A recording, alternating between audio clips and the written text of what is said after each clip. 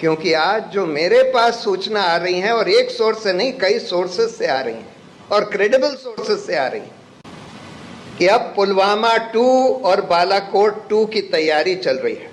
और क्या तैयारी चल रही है, जो मुझे सुनने में मिला है, मैं उसको ऑथेंटिकेट नहीं कर सकता, ना ही ये बता सकता हूं कि किन लोगों ने मुझे ये बताया है, कि पुलवामा 2 जो होगा वो अयोध्या मंदिर पर कोई अटैक होगा जो कि जैश ए मोहम्मद या अल-कायदा होगा या करवाया जाएगा।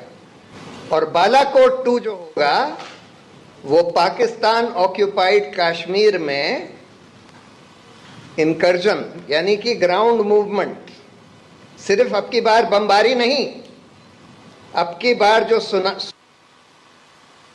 और मल्टीपल सोर्सेस से सुनने में आ रहा है कि अब की बार थोड़े से ग्राउंड ट्रूप्स भी भेजे जाएंगे। इसलिए नहीं भेजे जाएंगे कि हम पाकिस्तान ऑक्यूपाइड कश्मीर पर कब्जा कर लें, लेकिन ये दिखाने के लिए, जैसे बालाकोट में इन्होंने दिखाने की कोशिश करी कि भाई हमने पाकिस्तान के ऊपर बम गिरा दिए, वो बम से कुछ हुआ हो ना हुआ हो, बम कहाँ गिरे कुछ किसी को पता नहीं, लेकिन बम गिरा दिए और उसके आधार पर चुनाव बिल्कुल 2019 का पलट गया। जहां पुलवामा बालाकोट के पहले ये सब लोग मान रहे थे कि अब की बार इनकी मेजॉरिटी नहीं आने वाली, पुलवामा बालाकोट से सब कुछ पलट गया। बहुत सारे लोग ये भी मान रहे थे कि उसके बाद भी इनकी मेजॉरिटी नहीं आने वाली। आज तो खैर हिंदू के अखबार में एक बहुत बड़ा लेख आया है कि जहां जहां बहुत क्लोज कॉन्टेस्ट था, यानी कुछ 100 का मार्जिन था, वहां वहां करीब करीब सारे इलेक्शंस में भाजपा जीत जाती है, और खासकर वो भाजपा रूल्ड स्टेट्स में। तो ये कैसे हो गया कि जहां इतना क्लोज इलेक्शन हुआ सभी में भाजपा जीत गई? तो ईवीएम में कुछ हुआ, कुछ और मैनिपुलेशन हुआ, ये हम नहीं कह सकते, लेकिन खैर अगर हम ये भी मान लें कि पुलवामा बालाकोट से इलेक्शन पलट गया, तो आज इसकी बहुत बड़ी आशंका है। और यही बात सत्यपाल मलिक जी ने हाल में एक इंटरव्यू में बोली, ये लोग चुनाव जीतने के लिए कुछ भी करवा सकते हैं। ये बात बिल्कुल सही है। जो प्रधानमंत्री 3 घंटे तक पुलवामा जैसे हमले के बारे में कुछ नहीं बोलता, जो प्रधानमंत्री 3 महीने तक मणिपुर के बारे में कुछ नहीं बोलता,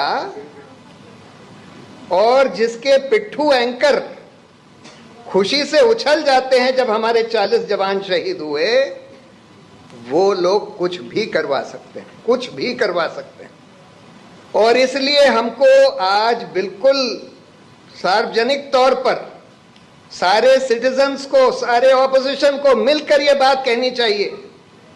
देखिए, ऑप इंडिया जो भाजपा का मीडिया ऑर्गेनाइजेशन है, उसमें ये छप चुके हैं अल-कायदा जैश ए मोहम्मद के बयान कि हम लोग राम मंदिर पर, अयोध्या के मंदिर पर हमला करेंगे।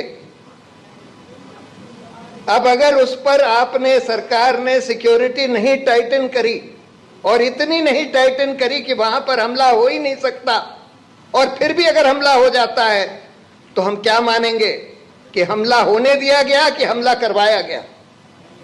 और इसकी बहुत आशंका है। ये मानकर चलिए, अयोध्या नहीं तो कहीं और हो सकता है। उनको ये समझ में आ गया है कि ये चुनाव 2024 का ये हार रहे हैं। ये सारे के सारे संकेत साफ हैं कि 2024 का चुनाव हार रहे हैं, और एक ही तरह से जीत सकते हैं, या तो इस देश, पूरे देश को मणिपुर बनवा दें, और उसकी तैयारी चल रही है। कल जो यहां हुआ नूह में, गुड़गांव में, कल जो हुआ ट्रेन पर, ये सब इन सब चीजों के संकेत दे रहा है कि इस देश को, पूरे देश को मणिपुर बनाने की पूरी तैयारी चल रही है।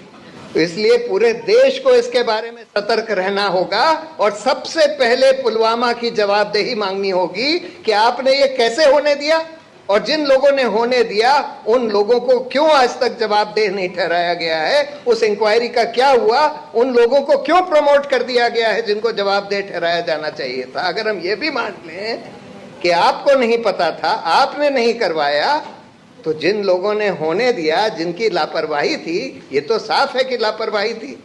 आपने 11 इंटेलिजेंस अलर्ट्स इग्नोर किए, आपने स्टैंडर्ड ऑपरेटिंग प्रोसीजर वायलेट किया, और उसके बाद भी किसी की जवाबदेही नहीं तय होती है। तो इसलिए हम लोगों को ये सवाल पूछना होगा, इसकी इंक्वायरी रिपोर्ट मांगनी होगी और पूरे देश को आगाह करना होगा कि इस तरह की घटना फिर से करवाई जा सकती है। बहुत बहुत धन्यवाद।